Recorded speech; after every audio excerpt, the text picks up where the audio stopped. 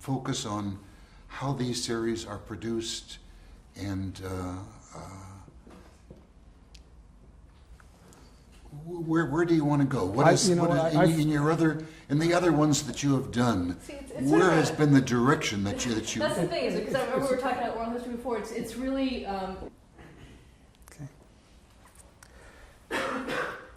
We talked about standards and practices when we were talking about the show The Untouchables. Was there any censorship problem with producing The Fugitive? Not that I'm aware of. Violence was always their primary concern. We didn't really have much violence in The Fugitive. That never became a problem, happily. What's the legacy of the show The Fugitive?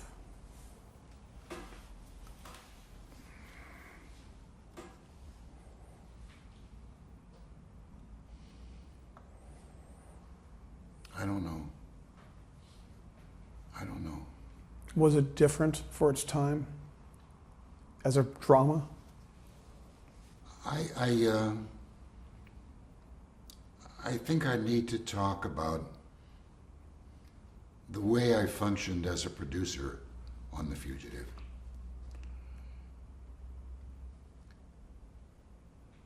Quinn is a very departmentalized kind of guy. Was a departmentalized kind of guy.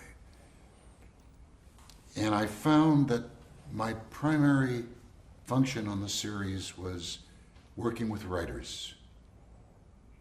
Yeah, I was involved in casting. Yes, I was involved in working with directors and finding locations. But 70% of what I did on The Fugitive was working with writers. Hard work.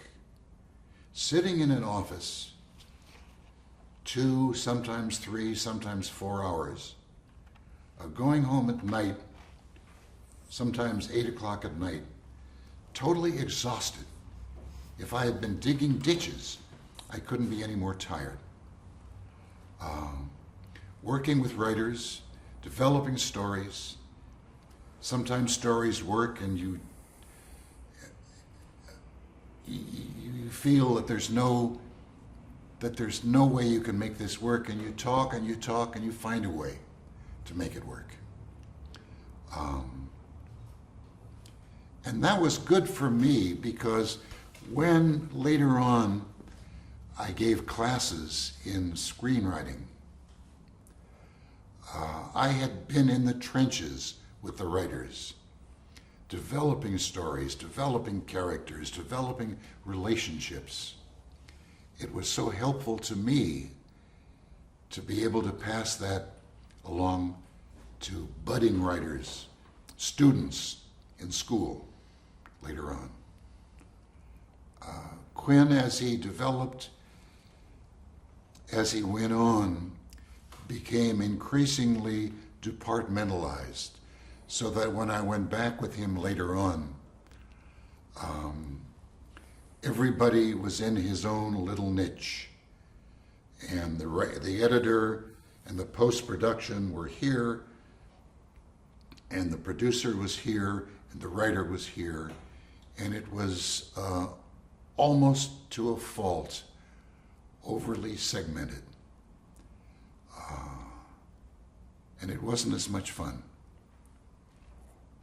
But it was the way in which Quinn was able to function. What did you look for in a writer when you were considering somebody for The Fugitive? Originality, creativity. What happens in a series, especially a series that is as specialized as The Fugitive, after you've done a year, you feel you have gone everywhere, done everything. And you look for something different. You look for originality. You look for space.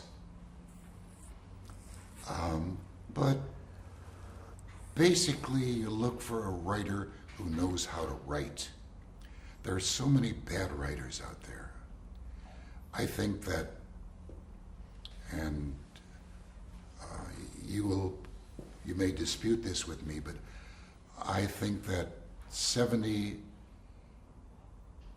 of the writers in the Writers Guild really don't know their craft. Good writers are gold.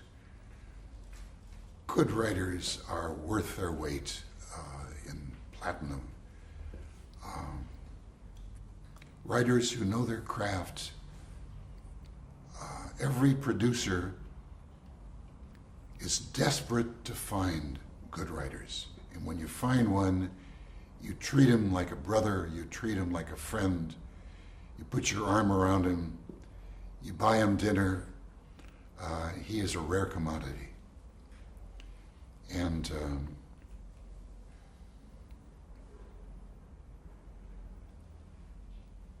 a good writers taught me a lot, and I believe I taught writers something. What happens is a writer comes in, and a writer, if he's fresh to a series, has his own ideas about the character.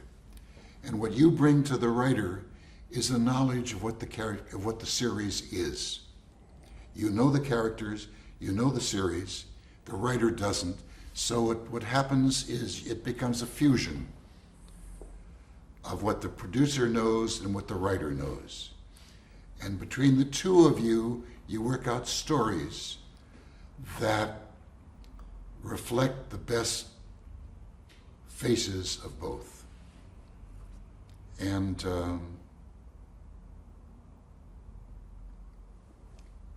that way the character becomes richer, and the character becomes a reflection of what the writer has written, of what the actor brings to the character, and ultimately what the producer brings to the character. It's a fusion of all three. And that's wonderful. You talked about your focus as a producer. How do you see your style as a producer? What is your approach to producing? I don't feel I have an approach to teaching. When you do a series, you try to exploit what the series has, what makes the series worth producing, what makes the series worth watching. You look for the elements in the series that are worth exploiting, and you try then in your time, in your hours as a producer, you try to exploit the things that will make the series work. And of course, in The Fugitive, that was the character of Richard Kimball.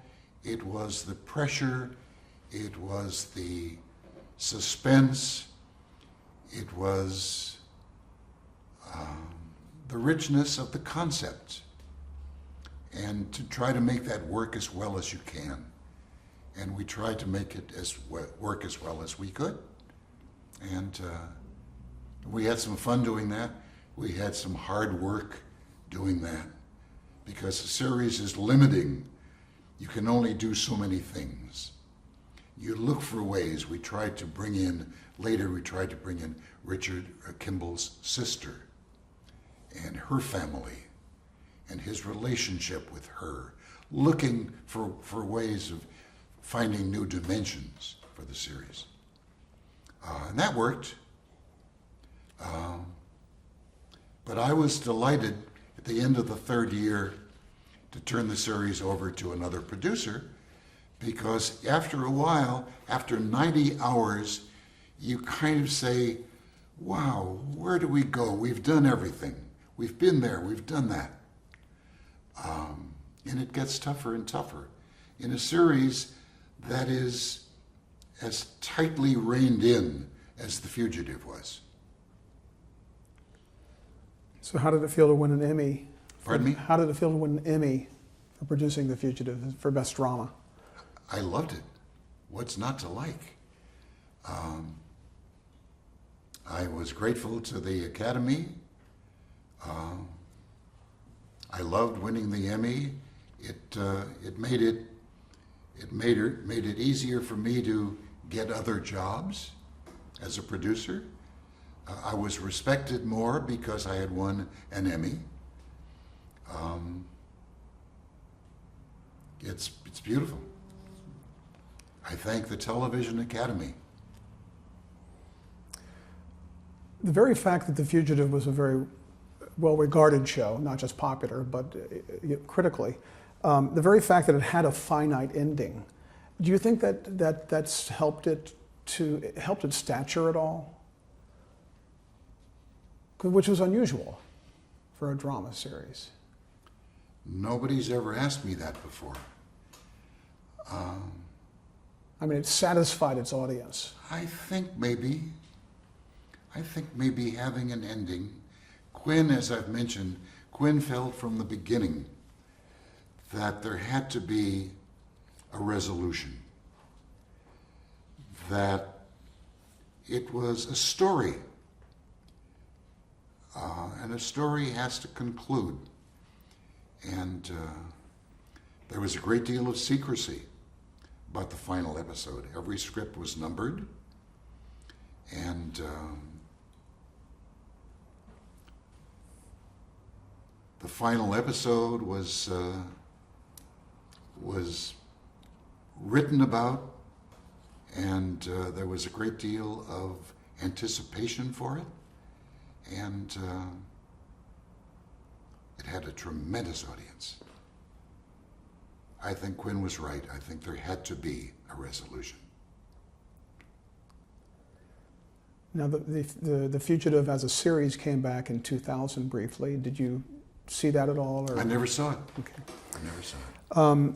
So you went from The Fugitive to The Invaders. What was The Invaders about? Another Quinn Martin production. I liked the concept very much. Quinn said, "You want to do it?" I said, "Yes." Because again, it was the kind of character that I could get involved with personally. Here you have a guy, a lonely man, who is fighting the establishment, which is what Richard Kimball was, which is what, what's the name of the character? David. Right, I have it here. David Vincent. David Vincent. David Vincent was, again, a man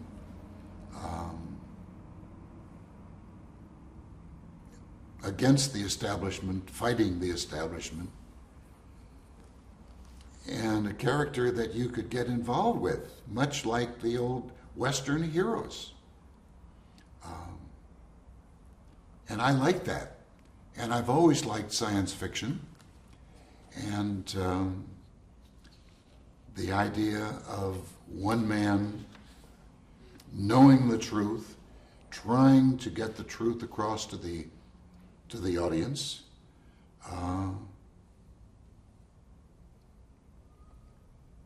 and no one will believe him. So what was the basic premise? This one man, what did he know that no one else really knew? Well, he had seen a flying saucer land. He had seen a flying saucer land. He knew they were here. And I think in several episodes he actually had contact with them. But no one would believe him.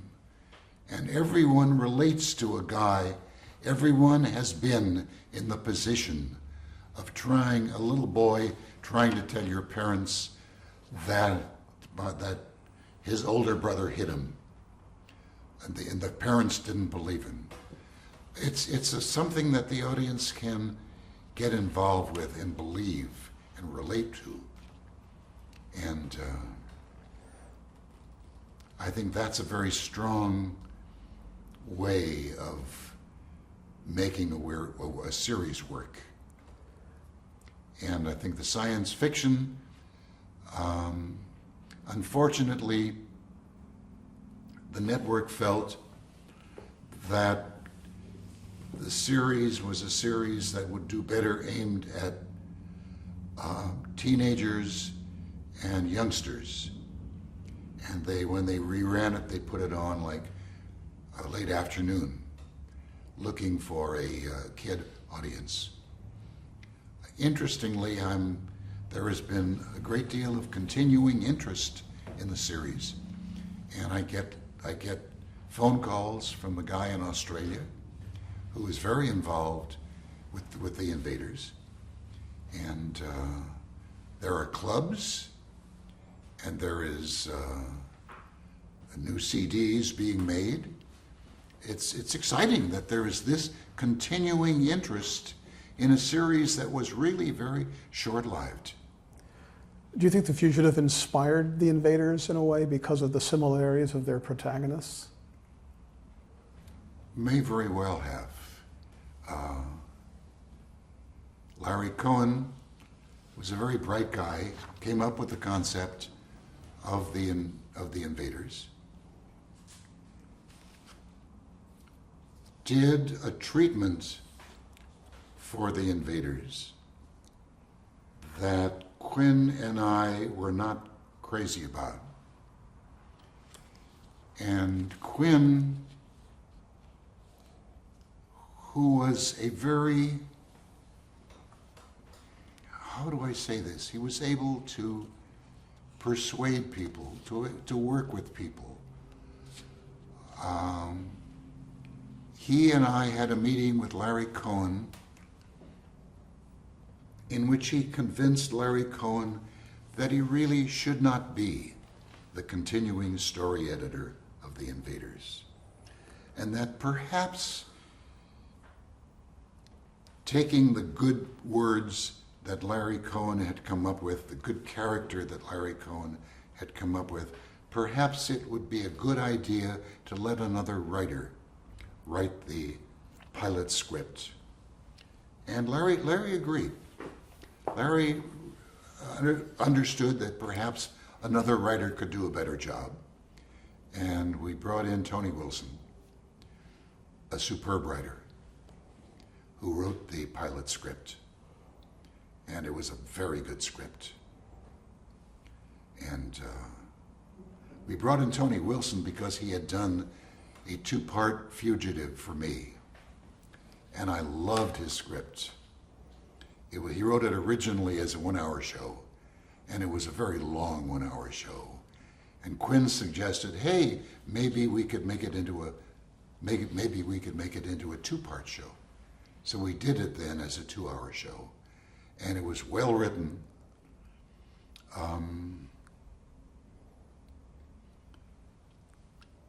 And because of our experience with Tony, I suggested Tony as the writer for the Fugitive script. And Quinn agreed. And Tony did a good job. Interestingly, I don't know how much detail you want me to get into on these things.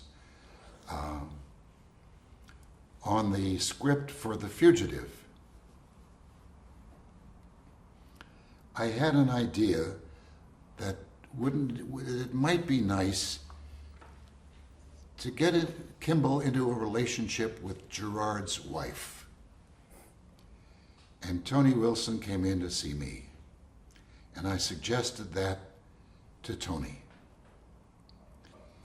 And he said, let me think about that.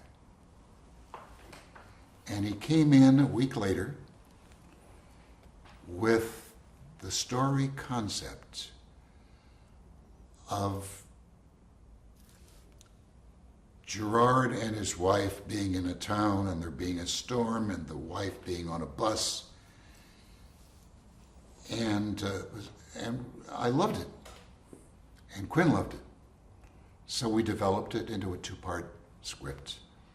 And Tony became the writer then for The Fugitive, for the Invaders pilot.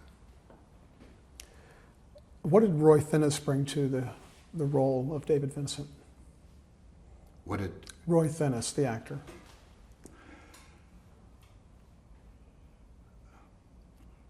We had seen Roy in a series he did for 20th Century Fox, Long Hot Summer, and I liked him.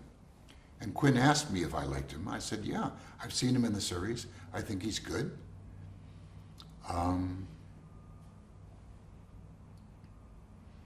I liked Roy. I think Roy became an involving character, but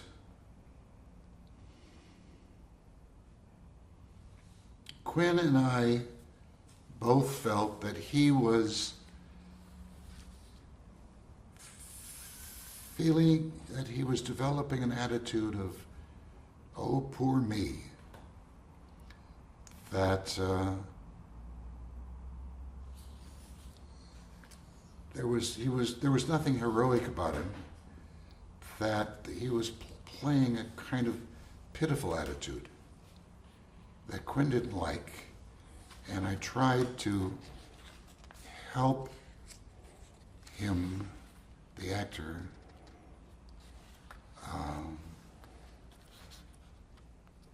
this is very hard for me to say. It's an area I'd rather not get into. Okay. Okay. Why did the show end? Was it just ratings? Pardon me? Why did the show end? Was it ratings? Well, it wasn't getting great ratings. A show ends, the network is concerned primarily with shows that bring in high ratings, of course. And The Invaders, at the end of its run, simply was not bringing in high ratings. And what happens in a series, in the beginning of The Fugitive, the network was heavily involved. And Quinn had a lot of clout.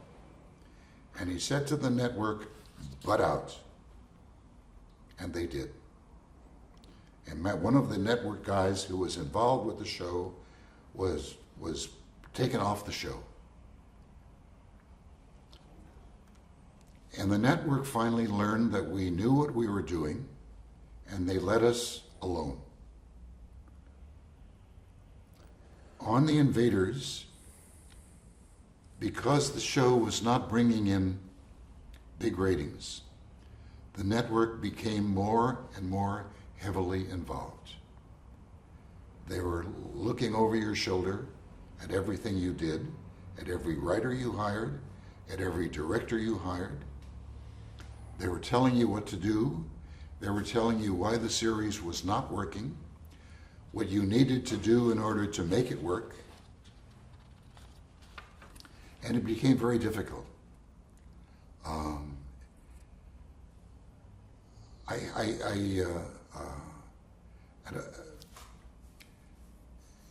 You like to be, as a producer, you like to be left alone. You like to be able to do your own thing. You like to be able to work with a writer the way you want to develop a script and develop a character. You want to be able to work with a director and develop a series or develop a story. And it's really tough when you have a network looking over your shoulder and telling you what to do. And that became more and more the case. And Quinn brought in somebody to work with him as an assistant. That became very difficult. And so he was looking over our shoulder. The network was looking over our shoulder. He became a real thorn in our side. And I was delighted that the series was ending. I was delighted to get off the series. It was very difficult. And it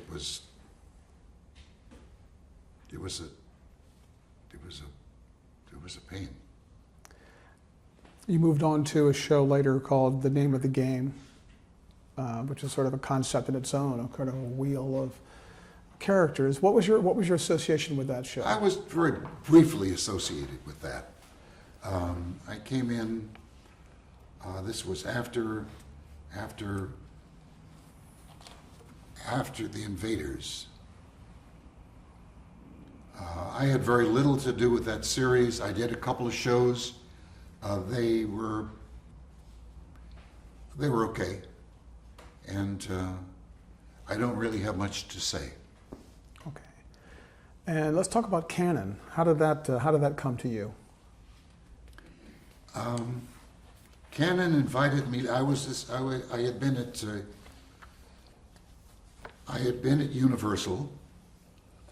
Quinn invited me back to do the Cannon series. And that was a series that was fraught with problems from the beginning.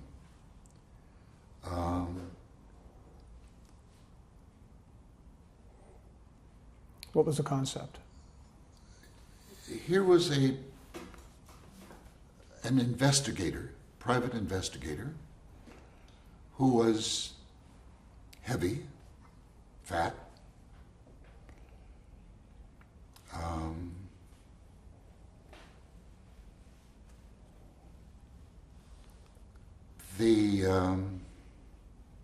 I'm trying to recall the genesis of this. There was a series called Peter Gunn. A gun is a symbol for the male organ. So when Quinn came up with a series for a heavy guy and called it Cannon, Cannon is a fat gun.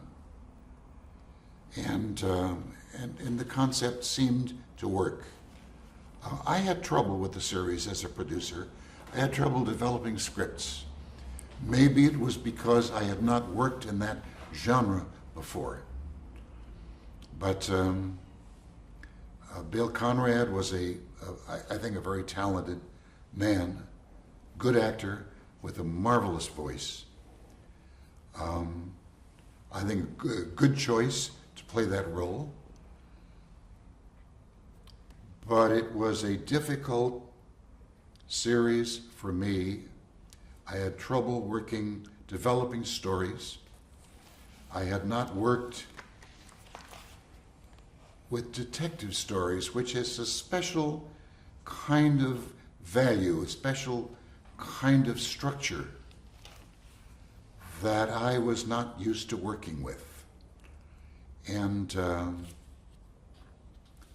it was a difficult series for me, and eventually I left the series. I was, I think, burning out. It was a time, maybe you could call it midlife crisis, but I noticed that a lot of men in other professions at the age of 50 or 55 decided that they wanted another mountain to climb. And perhaps this is male menopause. Perhaps it is male midlife crisis. I don't know. But that's what happened to me on the Cannon series. And I felt that I needed another mountain to climb. I did another series that we'll talk about, I'm sure. But eventually I left television and got into writing, got into teaching, which I love. You want to talk about, there's another series, Lancer. How about a brief comment just about it? We don't have to go into detail, but just... About Lancer? Yeah. Was that a good experience for you, or...? Lancer was a good experience. I was kind of the tail end of the Western series on television.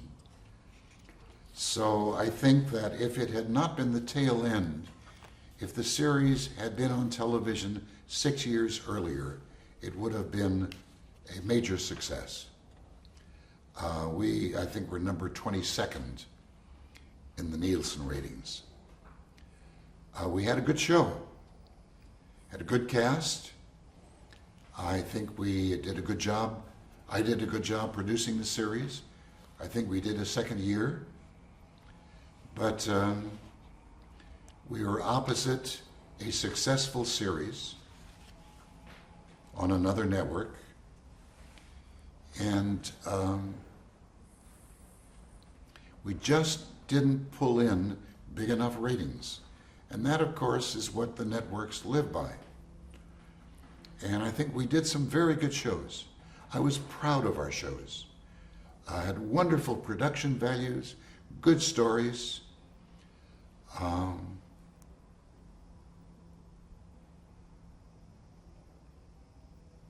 I think if the show had been on 6 years earlier, it would have been extremely successful. But you take what you get, and we were on at the tail end. You were involved with the Television Academy. You were the president of the Academy of Television Arts and Sciences. Tell me about your involvement with the TV Academy. Well, forgive me if I move around. The seat gets hard That's after all a right. while. I've been doing it.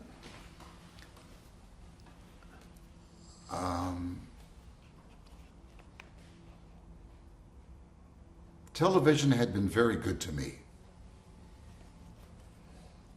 I had been successful. I'd made some good money. I bought a nice house. My family was eating regularly. My wife said to me, "Alan, maybe you should give something back. Maybe you should do something for television." So I started going to meetings of the Television Academy. And I talked to David, all the Davids, who was then president of the Television Academy. Can't think of his name. And I became a member of the Television Academy. And became a member of the board of directors of the Television Academy. And I liked it. And I did some good work for the Television Academy. And David, I can't think of his last name, said maybe I should run for president. And I don't quite know how it happened, but they voted me president. And I was thrilled. And I worked really like I think I was producing, maybe I was producing Canon at the time. And maybe this was part of the reason why I wasn't 110, you have to be 110% involved when you're producing a series. But I was giving some time to the Television Academy. I loved the Academy. I applauded and respected what they were doing.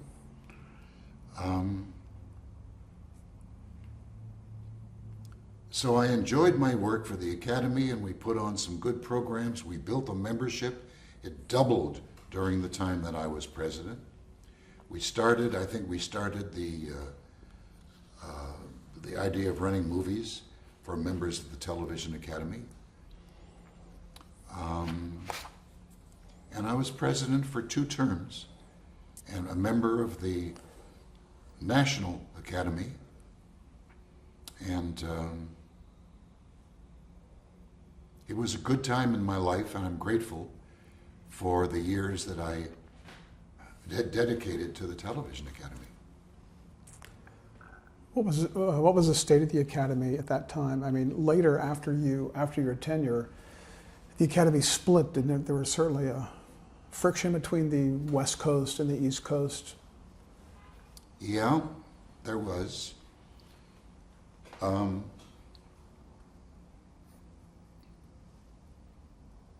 Did you see that coming? It's complicated, and I'm trying to recall. The National Academy was really the New York Academy. And the New York Academy wanted to expand its function to television stations in cities throughout the country. There became a kind of jealousy between the New York Academy and the Los Angeles Academy. It started in Los Angeles, New York, primarily through who was president then, and who was trying very hard to enlarge the function of the New York Academy. So there grew this schism between the two offices, and eventually a rupture, a division in which the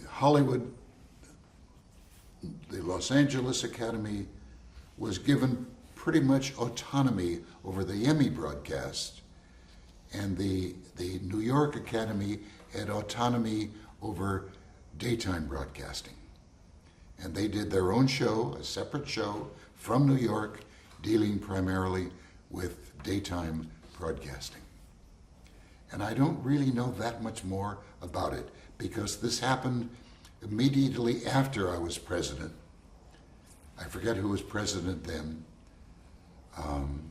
Larry Stewart, I think. But it really happened not on my watch. It was not on my watch.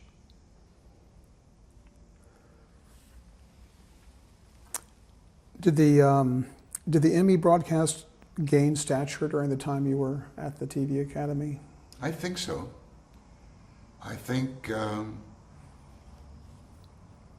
it's amazing to me the Oscar broadcast essentially was the beginning of these kinds of shows.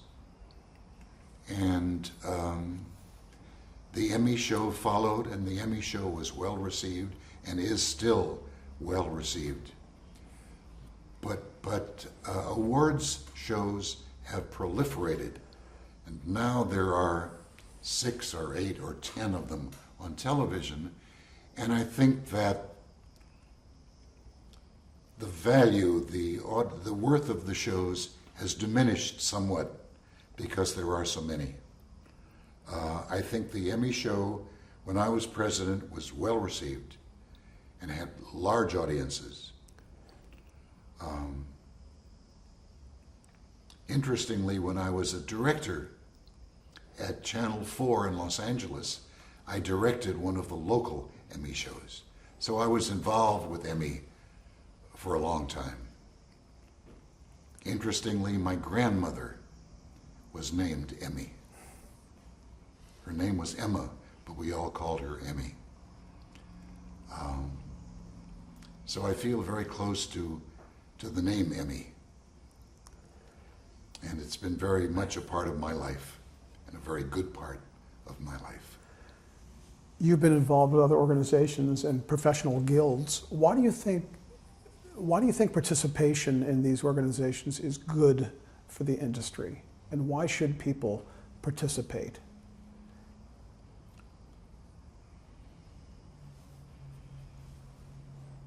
Well, I think that the more you contribute to an organization, the more you get out of it, for one thing.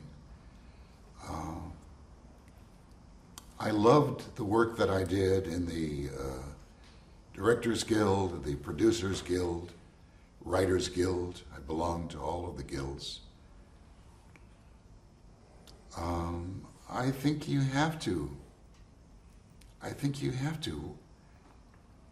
actors have to act, writers have to write, and I think that when you work in an industry, you have to work you have to get involved. You have to feel that you can contribute and give part of yourself to what you're doing. And my involvement with the Television Academy was wonderful, and I've had good relationships with almost all of the organizations that I've worked with. After your tenure at the Academy, you went back to television and produced a series called West Side Medical. And then after that, you began teaching. When you went back to television, by that time, did you feel like Well, how did you feel about it at that point? Were you ready to move on to teaching? I was, I think, burned out. And what happened was I went into teaching, and I liked it, but I kind of missed television. And I got 2 or 3 calls to go back into television. I got one call from a network, and I said, no, I've been there, I've done that. And then I got a call from a television series that was having trouble getting started. And they wanted me badly. And they said nice things. And I made a bad decision, as we all sometimes do. And I walked away from teaching and decided I was going to produce this series. Unfortunately, they had already hired a lot of writers, some of whom I did not approve of. They had already committed to directors, some of whom I did not approve of. So I was already walking in mud. And we were having trouble casting the series. I'm not sure why. I liked the executive producer of the series very much, a very bright man who had been at ABC, a major executive at ABC. But we had trouble getting the writers I wanted. We were stuck with a lot of writers I didn't want, with a lot of producers, with a lot of directors I didn't want. And we had a tough go. And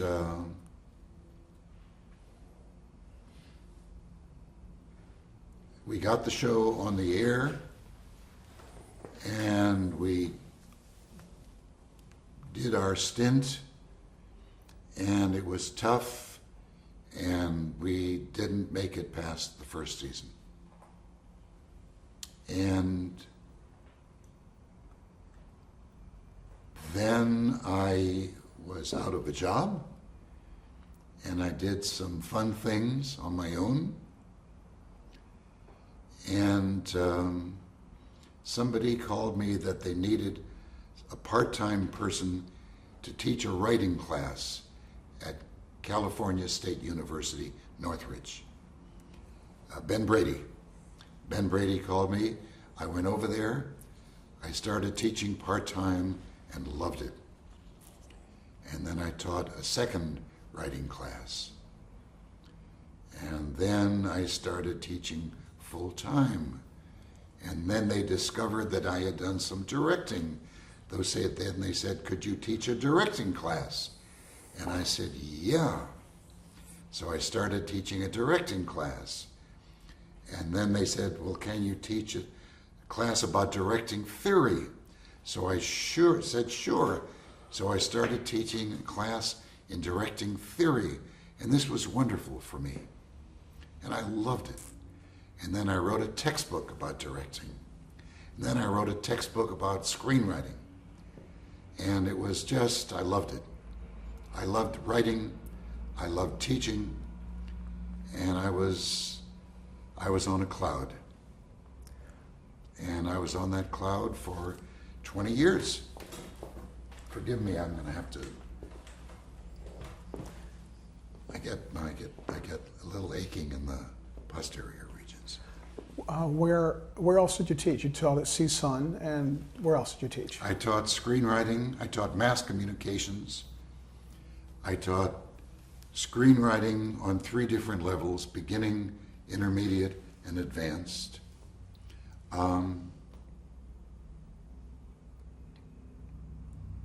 I taught mass communications. I'm trying to think what else I taught. Did you teach also at other, at USC, you taught some classes, screenwriting? I taught a beginning screenwriting class at USC twice, but what I was looking for was when you're teaching, you have to have graduate degrees. And here I just had a pitiful little BA from Stanford, and I knew if I was going to move up in the ranks of professorship, I would have to have a graduate degree. So I applied. Part of the reason I started teaching at USC was I was hoping they would give me a doctorate because of my experience in television. They said no, they had done that in the past, but they had new people in charge and they were not doing that anymore. So I said, thanks a lot, but no thanks. They wanted me to continue teaching. I started teaching at UCLA, and because I needed to get a graduate degree in order to move up the ranks and become a full professor. So I worked simultaneously while I was teaching 3 classes at Northridge, I was taking classes at UCLA to get a master's degree. And after something like 2 or 3 years, I got my master's at UCLA, and it was fun. I liked that. I liked the academic world. I liked UCLA. I liked the students. I liked the courses. I liked the teachers. So I got my doctorate. So now I could slowly move up from a part-time professor to a full-time assistant professor to an associate professor, and ultimately to become a full professor. And where you get more money and you have, I guess, more prestige. And that was great, and I loved it. And the Cal State Northridge was good to me. They gave me an honorary doctorate, distinguished teaching award. They were good to me. I had wonderful classes. It's fun. I don't know what teachers do who teach mathematics or who teach history where the subject matter never changes. In television, my classes were fun because every semester there are new films coming out, new shows on television, so that every semester it was alive, it was new, it was vibrant, and the classes were fun, and I loved my classes. And when I was in television producing, I would take my script problems home with me, and I would worry about them, and I would spend time at night. When my wife wanted to talk to me, I would spend time trying to figure out how we could make a story work. Teaching had none of that. I never carried my problems home. I loved my classes, I loved my students. I still meet some of my students today. I go to a little gelato place on Robertson Boulevard, which is run by one of my students. And he welcomes me, and it's always fun to see him. And he is now producing a couple of shows in Cleveland, I think. What's been your proudest professional accomplishment or achievement? Well, I think I have 2. I think winning an Emmy was my proudest achievement. I'm also proud to be, when I was inducted into the Producers Guild Hall of Fame, I felt that was rewarding. But I was also thrilled and proud when Cal State awarded me an honorary doctorate, and when they built a screening room that is so beautiful that they named after me and my wife. and it's beautiful, and they run marvelous programs there, and I'm really proud of that. And they have my name on the wall and one of the shows that I did, and it's they have me back for various screenwriting occasions. It's wonderful. I love it. What about regrets? Is there any one big regret you've had professionally? Yeah, I think that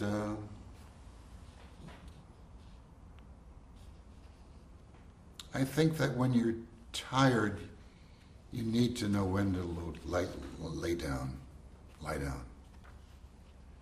And I think that's good advice for a lot of people. When you're tired, I just thought of that. When you're tired, you need to know when to lie down. And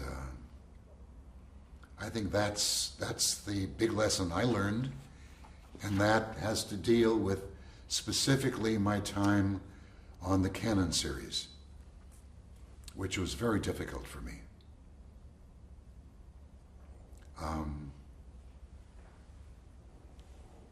What else can I tell you? You can tell me what advice you would give to an aspiring producer.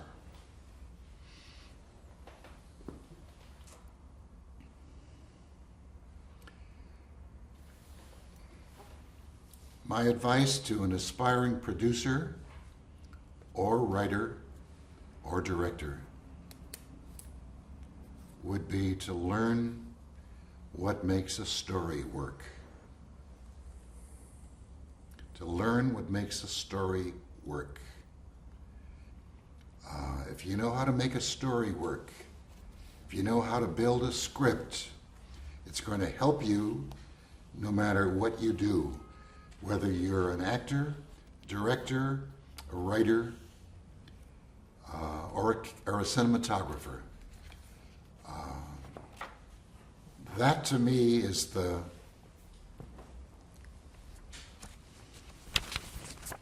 key to making a story work. And I think that most producers who are good have been writers. At least many of the good ones have. And I think that actors who understand story, understand character, it's certainly going to make them a better actor. And it's true of almost everybody in the industry. What's the key thing for you that makes a story work? Well, I could do a whole hour on this, but several key things. I can give you an instant study of what makes a story work. You have to have a character that you can care about. A central character that you can care about, that an audience can get emotionally, underline the word emotionally, that the audience can get emotionally involved with. Secondly, the character has to have a goal.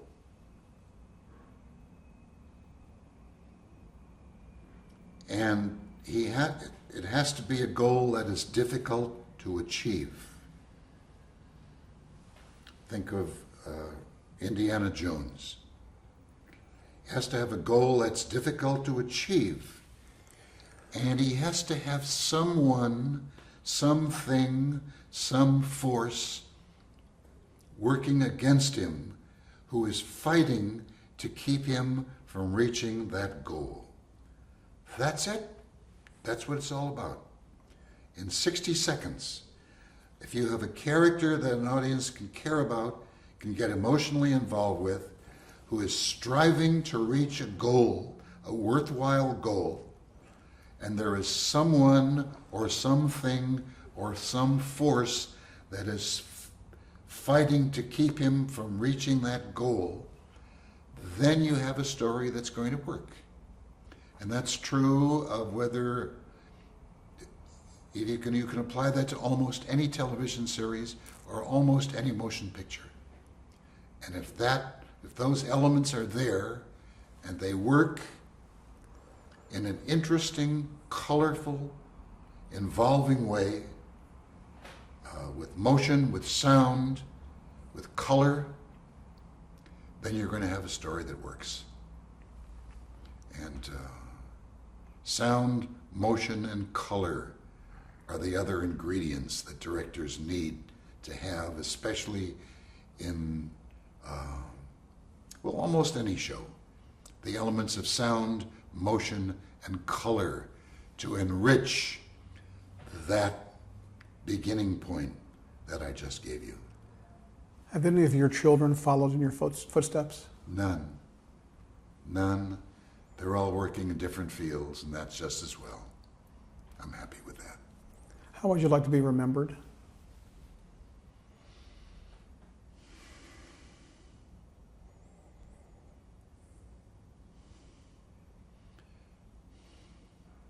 I'd like to be remembered for the good shows I did, and for the many, many students whom I have helped find their place in television.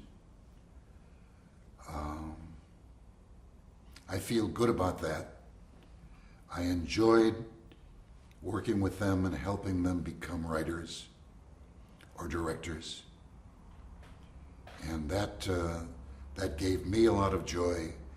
And if they are successful, that is a continuation of that. And the shows I did some good shows. I thought Lancer was a good show. I thought The Fugitive was a wonderful show. Untouchables was a fun show. And I'd like to be remembered for the shows I did, for the people I helped along the way, and the people who helped me along the way. Did you have a mentor? Quinn Martin was a mentor and was helpful to me, and really the most significant mentor in my life. Good guy. Thank you very much. Thank you very much. I enjoyed it. Me too.